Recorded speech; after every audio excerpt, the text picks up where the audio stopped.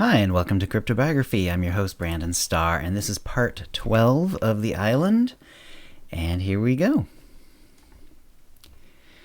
The next formal island meeting was in 2 days. This was not a meeting after a feast, but one that only happened 3 times per year. Aaron was well on the way to recovery, physically. However, as Gwen had suggested, Carden noticed that Aaron was now more able to brood on what had happened to his family. Carden and Gwen asked the children to take care of Aaron, who had spent that morning doing some simple chores to help out. The children were thrilled.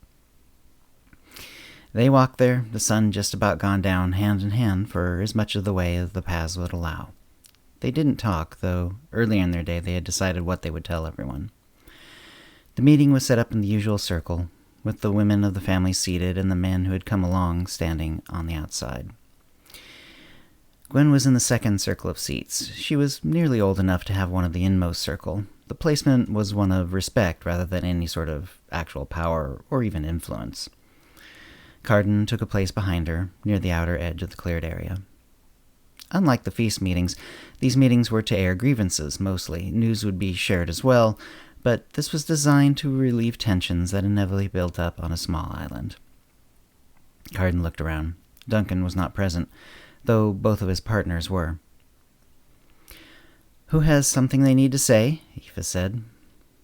"I do," Gwen said. Carden noticed that both of Duncan's partners were paying close attention. "We have a guest in our home. Some people may already be aware of this," Gwen said. "He was under our protection. He is a potential, and they are after him. I will not tell all of what they have done, but suffice it to say he has my family's sympathies, and we wish him to come to no harm. With luck, no one has told anyone off the island about this fact yet.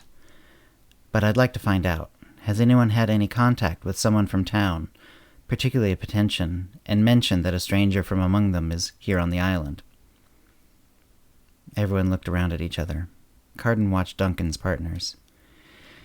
They didn't look around. Instead, they looked only at each other.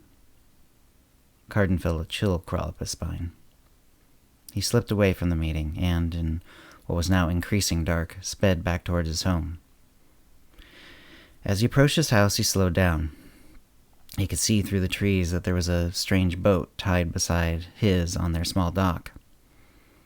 He could hear something like muffled shouts over the waves. They were coming from his house. He started forward again. When he was almost out of the trees, the door popped open. 2 men in potential dress were taking Aaron out of the house. He seemed to have been knocked out, his legs dragged behind them. Tristan was yelling from inside at the men to let Aaron go. But soon Carden saw why his son wasn't already on top of them. A third man was backing out, crossbow leveled. He didn't know how the other 2 were armed, and he didn't care. He was now running at top speed toward the man aiming at his children. The man heard something at the last moment and started to turn. Carden barreled into him, making sure that his left hand hit the crossbow hard, pushing it far away from his family. His right arm was raised, and he smashed his elbow hard into the man's ear. He went down with him, and they tumbled in the sand just outside the house. The 2 men carrying Aaron gave a cry. He heard a noise and knew that they must have dropped Aaron and would be after him. The man under him was dazed but not unconscious. Carden started beating him as he pulled his legs up under him so he could get a proper stance before the other 2 came. Tristan came out of the house. He had a knife in his hand. The 2 men he saw also had knives. He reached behind him and pulled his knife out of its sheath. An islander, and especially a fisherman, was never without a knife, though it was rarely raised in anger against another person. He took a glance down and saw that the crossbow had indeed gone off, the bolt gone who knew where. Since they take a long time to reload, he thought, at least we have one less weapon to worry about. The 2 men pulled short, seeing that the islanders were armed. But then the other man rolled away and got up next to them. I didn't hurt him badly then, Carden thought. The third man, too, pulled out a knife. "We're taking him!" one of the men shouted over the surf. "No!" Tristan yelled back. He started circling around them. Carden could tell immediately that he was trying to make his way to Aaron. He had no choice. He circled with his son. "Leave! Now!" Tristan bellowed. Carden had never seen his son quite like this. He had found something inside him, something that had no doubt blossomed during the unusual few weeks they'd been having. "He is ours," the same man shouted. "Aaron is under our roof and under my family's protection," Carden yelled. "Leave our home." The first man stepped sideways, as if to get around them and get Aaron. Tristan and Carden stepped that way too. The second man stepped forward aggressively, poking his knife at them in a stabbing gesture. "No closer!" Tristan screamed. The third man, who though not badly injured, had a fresh bruise on the side of his head, stepped forward with the second one. He was also brandishing his knife. Tristan was now right by Aaron, who hadn't moved since being dropped. Carden didn't dare take any time to see if he was all right. "Get out of here!" Tristan screamed at them. "You'll not be stopping us taking our brother out of here," the first man said. The second one stepped forward as if to reach for Aaron. Tristan swiped at him, and the man pulled his hand back with a yell. The back of his forearm had a cut on it. The third man then cut at Tristan's face. Tristan put up his arm to block and got a deep cut on the outside of his forearm. "Hey!" Carden yelled, and stabbed at the third man. His knife sank deep into the man's shoulder. He screamed and stumbled sideways away from Carden and Tristan. "This isn't worth it," Carden shouted. "Get out of here." It wasn't the strongest argument, but the men decided that with two of them having cuts, it was time to leave. They backed away towards the dock. Carden knelt down and checked on Aaron.